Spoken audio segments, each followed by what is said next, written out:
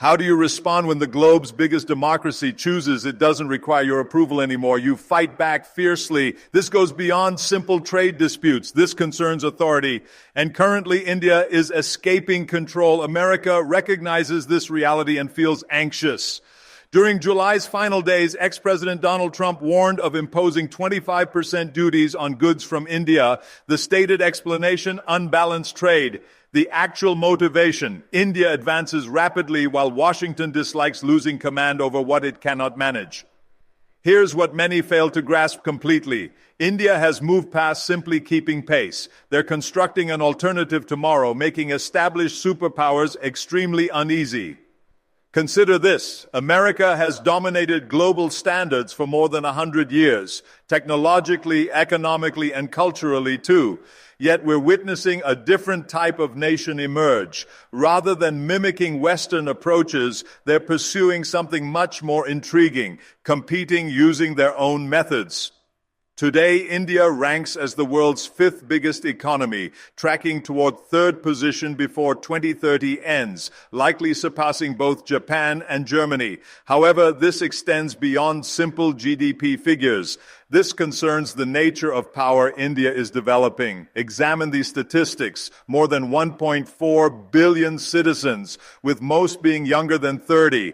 That represents a technology-powered population boom. Nearly 1 billion mobile devices, approaching 900 million web users by next year. You're observing the planet's largest connected democracy coming online simultaneously. What's remarkable is India's use of domestic innovations.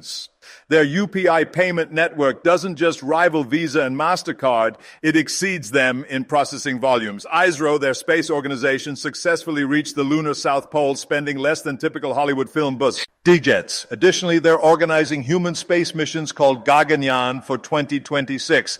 Such advancement isn't coincidental, it's calculated. India pursues leadership positions in chip manufacturing, artificial intelligence, quantum technology, military production, and renewable power. Not through importing breakthroughs, but by creating complete systems. Through initiatives like Make in India, they're moving beyond discussions toward rapid expansion. Major corporations, Apple, Tesla suppliers, Google data facilities are relocating because India represents more than a marketplace. It's a production substitute for China. Given today's disrupted supply networks and changing partnerships, this development is enormous.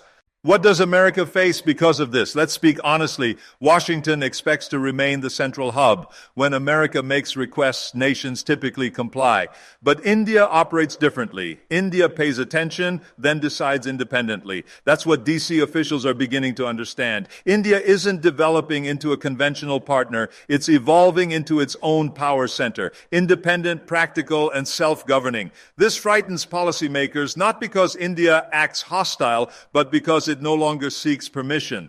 Yet here's the fascinating aspect. This isn't about competition. This involves creating multiple power centers. The concept suggests tomorrow won't be controlled by one superpower, but influenced by several strong voices.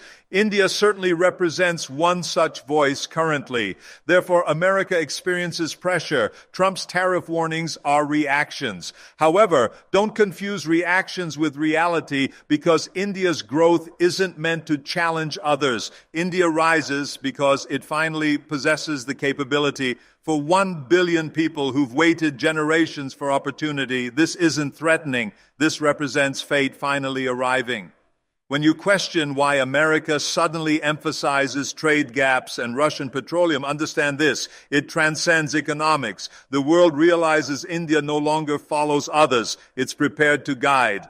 Now let's examine the actual mechanisms driving Trump's 25% tariff warnings against India. This isn't some random political gesture or attention-seeking headline. It's a deliberate action motivated by pressure, power changes, and honestly, outdated beliefs about how global influence operates.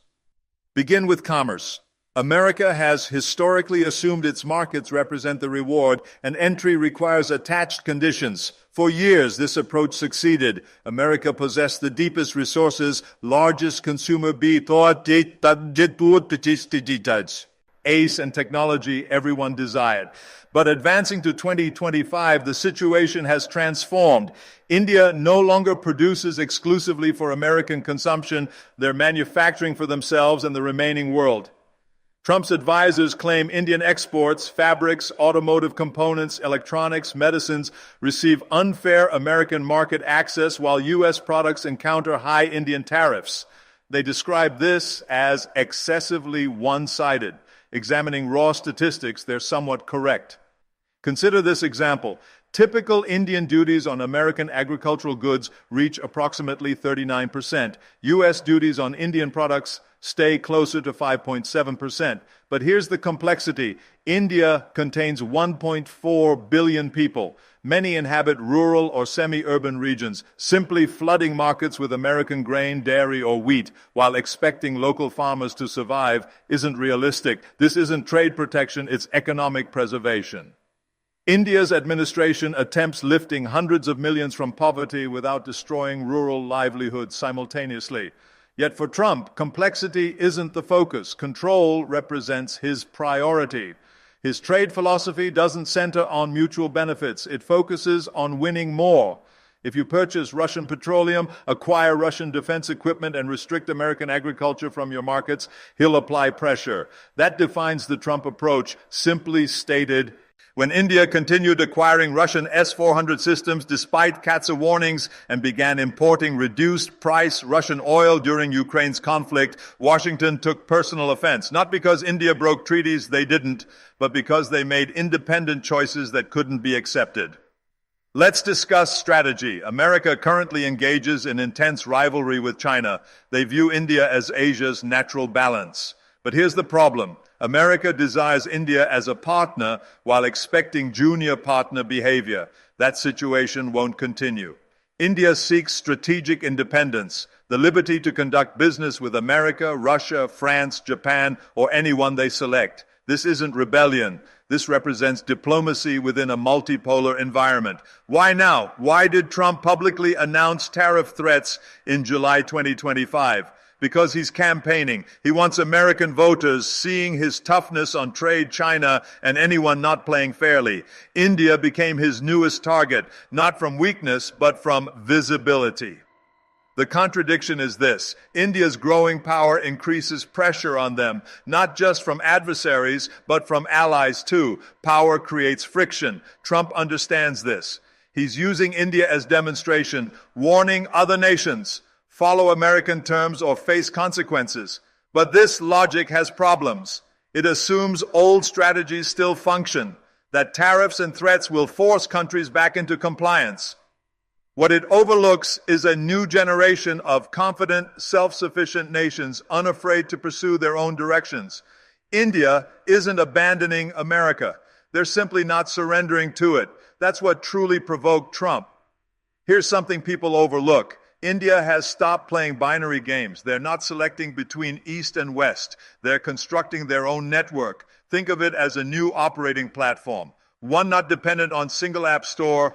Yes, it's flexible, adaptable, and designed for independence. Yes, India purchases Russian defense equipment. That's established knowledge. But the larger story, India diversifies faster than nearly any other country globally. They're not trapped in Cold War alignments. They've moved beyond alignment. Over the past 5 years, India has concluded major defense and technology agreements with America, France, Israel, Britain, and Japan, all while preserving Russian partnerships. Consider the Rafale agreement. That wasn't simply aircraft procurement. That was India signaling to Europe we're available for strategic partnerships. France didn't merely sell jets. They co-created technology, educated Indian engineers, and supported India's indigenous defense objectives. That's a completely different model from traditional buyer-seller relationships.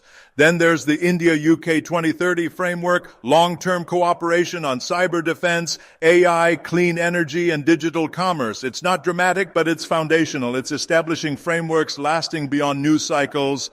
Don't overlook Israel either. India ranks among its largest defense clients and collaborators. Together, they've created advanced surveillance systems, drones, and missile defense technologies. But here's the development. India isn't just importing. They're co-creating, localizing, and integrating this technology into their own production ecosystems. This brings us to an important point. India isn't simply purchasing power. They're developing self-sufficient defense capabilities. By 2025, over 70% of India's military buying budget targeted domestic manufacturing. HAL, DRDO, Bharat Dynamics, these organizations aren't just government departments anymore. They're becoming worldwide defense suppliers. Regarding civilian matters, India is making intelligent moves too. They're quietly establishing bilateral trade relationships with UAE, Australia, South Korea, and EU. These aren't ceremonial agreements. These represent supply chain restructuring, green hydrogen partnerships, digital trade channels. India isn't waiting for worldwide agreement. They're building regional strength. They're also leading among global South nations, collaborating with Africa, Southeast Asia, and Latin America on infrastructure, education, and medicine access, not for domination, but for large-scale cooperation. Consider it like a distributed network. Decentralized, resilient, unaligned, yet connected. This is what Washington sometimes misses. India isn't refusing the West. They're balancing. They still participate in Quad activities. They still invest in American technology, but they also purchase Russian oil, acquire Israeli drones, and sign European climate agreements. This isn't defiance. This is called having choices. Honestly, that's what every country should pursue. A future where diplomacy isn't about choosing sides, but making intelligent, independent decisions. When Trump or other Amerifiates can leaders pressure India to conform? They're really saying, we don't want you selecting your own path, we want you following ours. That's outdated thinking. This century doesn't belong to any single nation. It belongs to networks of independent states that understand adaptation and collaboration. Currently, India is doing exactly that. Let's address the difficult question nobody in Washington wants discussing openly. Is America's worldwide influence declining? Short answer, not completely, but the exclusive control has ended. Long answer, it's complex. But yes, the balance shifts. Throughout most of the 20th century, America wasn't just a superpower, it was the power. Dollars controlled trade, Silicon Valley controlled innovation, the Pentagon controlled security, U.S. foreign policy determined who received what and when. But circumstances are changing rapidly. India's emergence isn't happening alone. It's part of larger patterns, decentralized rebalancing of global order. Consider it a system upgrade. We're transitioning from version 1.0, U.S.-centered single polarity, to version 2.0, multipolar cooperation. That's where friction develops. America still possesses unmatched military strength, powerful global partnerships, and enormous cultural influence, undoubtedly. But regarding influence, the capacity to shape other countries' decisions without force, that control is weakening. Take the U.S. dollar. It remains the primary reserve currency, but more countries, including India, are settling transactions in local currencies. India and Russia already trade oil in rupees. UAE just completed deals with India using rupees and dirhams, avoiding dollars completely. This doesn't mean dollar collapse tomorrow, but it indicates something deeper. Countries are exploring alternatives, and alternatives equal independence. Then consider diplomacy. India founded BRICS, now including major powers like Brazil, Russia, China, South Africa, and others. They're creating their own payment systems, energy networks, and development institutions. America isn't involved in those conversations. That's intentional. India also hosted the G20 summit recently and clarified their vision of global economy isn't centered on Western control. It's centered on shared growth, digital inclusion, and resilience. This is where things become interesting. America still views influence hierarchically top-down. You're either supporting us or opposing us, but countries like India see differently. Influence isn't command chains, it's trust networks. India's foreign policy doctrine is straightforward: multi-alignment, trade with America, purchase Russian arms, build UAE solar infrastructure, partner with Japan on semiconductors. That's not disloyalty, that's intelligent foreign policy for the 21st century. For America, that's difficult to accept because it means their playbook isn't being followed anymore. Trump's 25% tariff threat isn't just about trade statistics or oil agreements. It's reacting to eroding control. 10 years ago, America could achieve objectives with phone calls. Today, they must compete on pricing, influence, and diplomacy. So is America losing influence? It's not collapsing, but it's no longer the exclusive decision maker.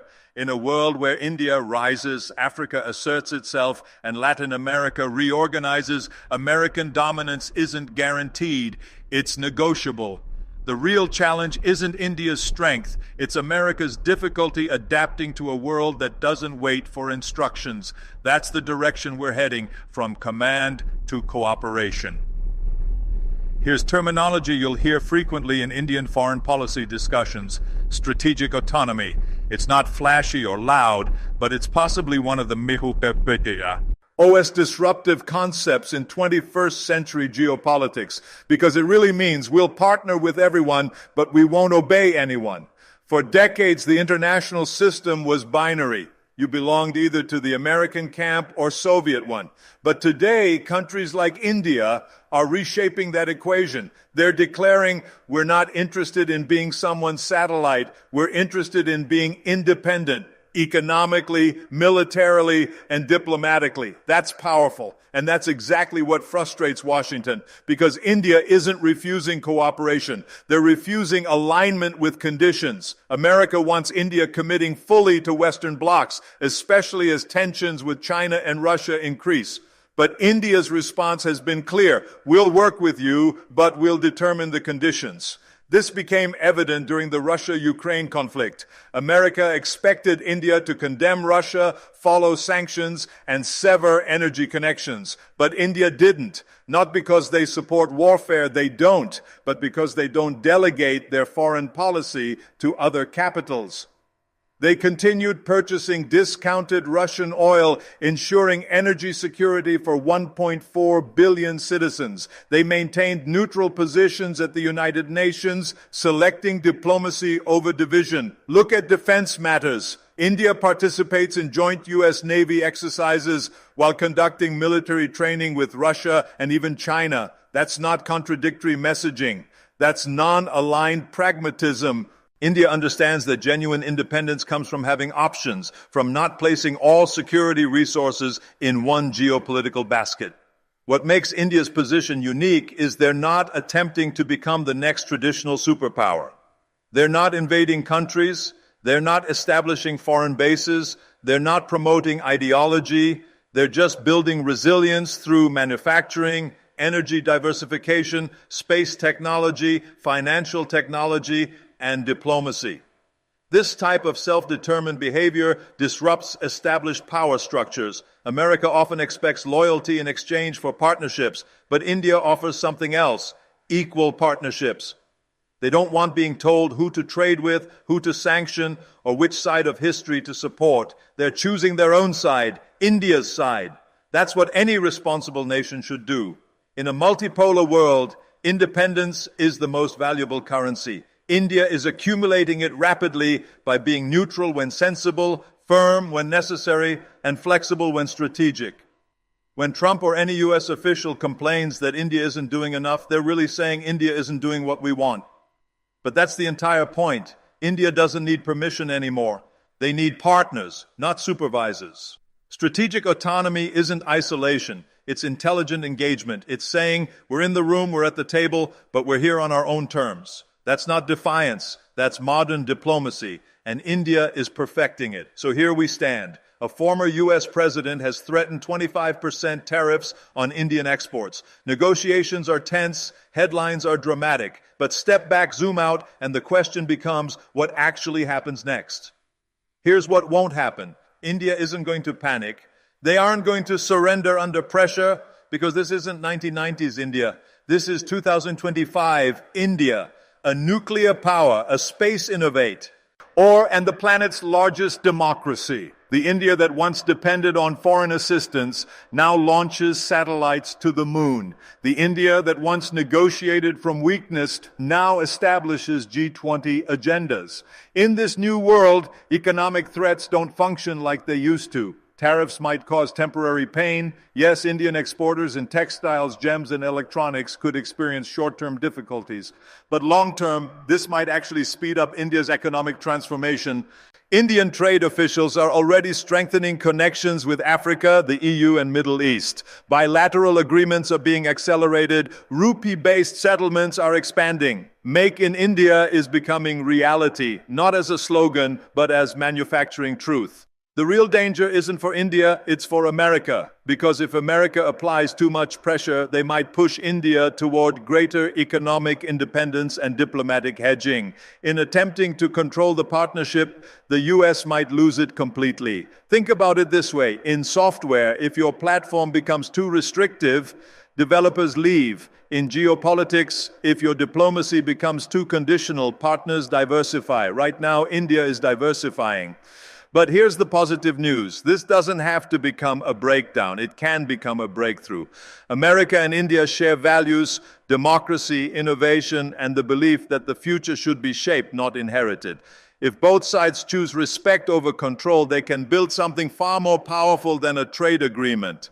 They can build a model for fair global cooperation in a multipolar century. So what happens next? India will continue rising, they will continue saying no when needed and yes when it makes sense. They will partner, compete, and lead on their own terms, not to dominate the world, but to balance it. The tariff threats are just noise. The real signal is this: the world is changing, and India isn't asking for permission anymore. They're not waiting, they're building, and the world is finally watching